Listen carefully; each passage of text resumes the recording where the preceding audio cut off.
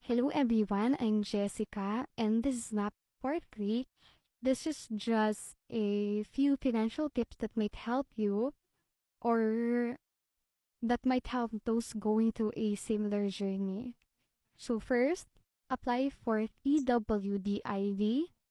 This is this provides additional discounts on medical expenses, making treatments and medications more affordable, and meron ding discount on groceries. Number two, get a barangay indigency certificate.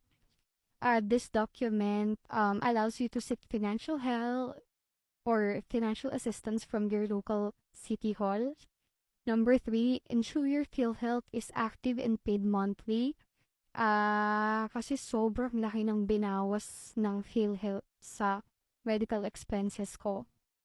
Parang yung total bill ko was around 250,000, but with my PWD ID and PhilHealth plus yung Medicare ko pa, the amount was reduced to 144,000.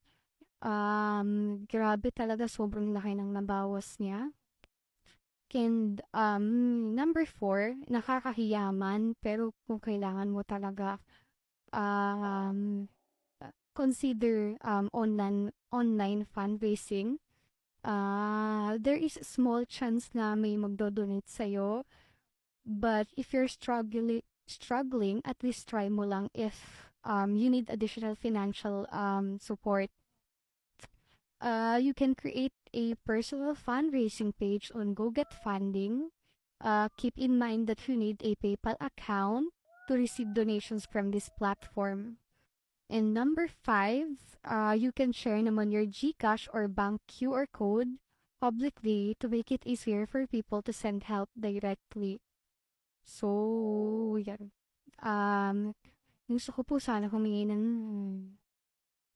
salamat sa lahat ng taong tumulong sa akin financially, most especially sa lahat ng mga nagdasal para sa akin. Maraming salamat po.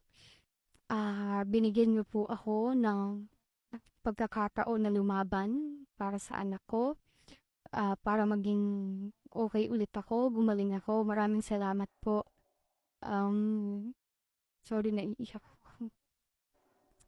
Maraming salamat, Panginoon, kasi binigyan niyo ako ng panibagong buhay para makasama ko yung anak ko, yung pamilya ko, at mabigyan ako ng chance para magpasalamat sa lahat ng mga tumulong sa akin.